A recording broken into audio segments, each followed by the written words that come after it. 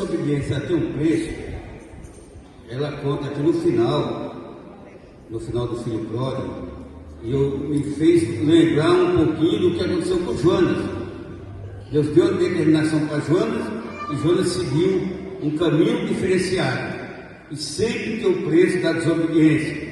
E o filho mais novo, certo dia, ele acordou e, quebrando algumas etapas, pulando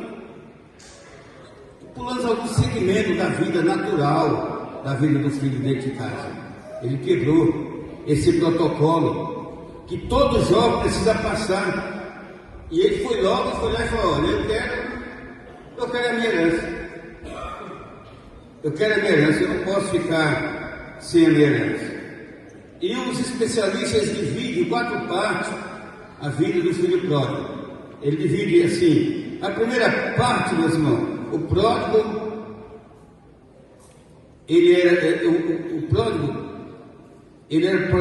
era feliz inconscientemente na casa do pai. Quer dizer, ele era feliz inconsciente, tinha tudo, mas nada podia lhe agradar.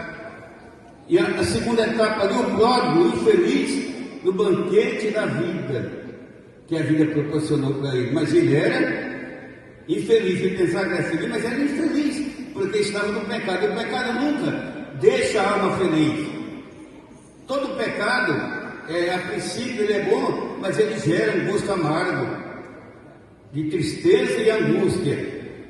Em terceiro lugar, o pródigo infeliz conscientemente no mundo lá fora, cuidando dos porcos do seu Senhor. Os irmãos imaginam que o judeu nem carne de porco comia.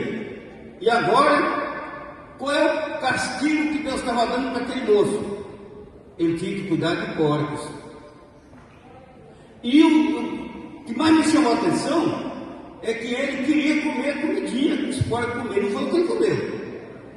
Acho que nem comer, podia comer aquela comidinha, porque tinha vontade de comer, porque ele desejou, porque a fome era muito grande.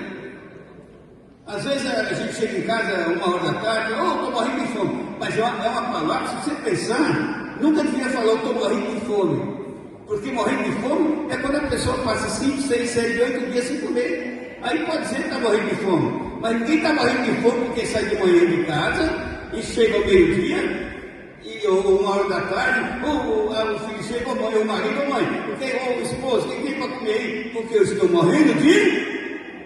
E não está com fome para morrendo, não. Pode estar com vontade de comer, mas morrendo de fome, não. Então são tudo palavras e frases que nós falamos que precisam ser analisadas, meus irmãos. E aí, em primeiro lugar, um certo tempo, todo pai, irmão, todo pai e toda mãe aceita que quando o filho nasce, ele cresce, ele faça um bom casamento, ele estude e siga a sua caminhada, não é assim? Todos nós desejamos isso, que os nossos filhos, eles cresçam, eles pegam a forma de homem ou de uma moça, crente, e aí siga a sua caminhada, mas debaixo da proteção divina, na orientação. Mas aquele moço, ele olhava e tinha tudo, mas ele nunca teve a alegria de dizer que ele tinha tudo. Ele não olhava e não agradecia. Irmãos, a pior coisa que tem é gratidão. Como tem filhos ingratos dentro de casa, meus irmãos. Como tem filhos ingratos. E a coisa é muito séria, se você for olhar, meus irmãos. Os filhos têm um propósito para ser cumprido, mas eles precisam ser discipulados pelo pai, pela mãe, ensinado, orientado, passo a passo. Por mais que o pai não seja letrado, que a mãe não quer muitas coisas, mas existe um sentido natural da vida, que os pais ensinam o filho. Os pais ensinam os filhos. Não precisa ser um catedrático, não precisa ser formado, não, nada disso. É o natural. Eu lembro, quando era criança em Goiás, eu conheci muitas famílias que não sabiam nem ler, irmão Jessé. Não sabia nem ler. Mas os filhos, pastor Vigílio, faz favor, fica de pé aqui. Está nós dois conversando aqui. Vem cá, pastor Marco. Pastor Mário, passa o nosso meio aqui. Passa aqui o nosso meio. Faz quando você é uma criança. Passa o nosso meio aqui. Depois eu te pego. Obrigado, pastor. Era desse jeito, meus irmãos. Quem lembra disso? Quem era o... Ah, meus irmãos. Só se eu fosse doido. Do meu pai estar conversando e eu passar no meio deles, pastor. Ou eu chegar lá atrapalhando ele alguma coisa. Lembra disso? Não, o tapão já era do pé do ouvido.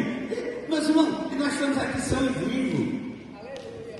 Eu só apanhei uma vez, mas tem a marca até hoje do couro que o papai me deu. Porque eu achei que já era homem, com 10 anos de idade, respondi ele, pastor Paulo. Então, é sinal de desobediência dos filhos. É coisa natural do ser humano. O ser humano é desobediente natural. E aqui, olhando para essa situação desse filho, que ele quebrou essas etapas, meus irmãos, esse cuidado, nós precisamos entender que existem alguns rituais que precisam ser cumpridos na etapa da vida cotidiana. Pelo jeito que ele foi totalmente, esse moço, ele foi totalmente reprovado no vestibular na vida. Se fosse colocar uma nota para ele aqui, era zero, porque ele não honrou o papai, e em outras palavras, como a Bíblia não fala muito o nome da mãe, e não honrou também a mãe. Ele chegou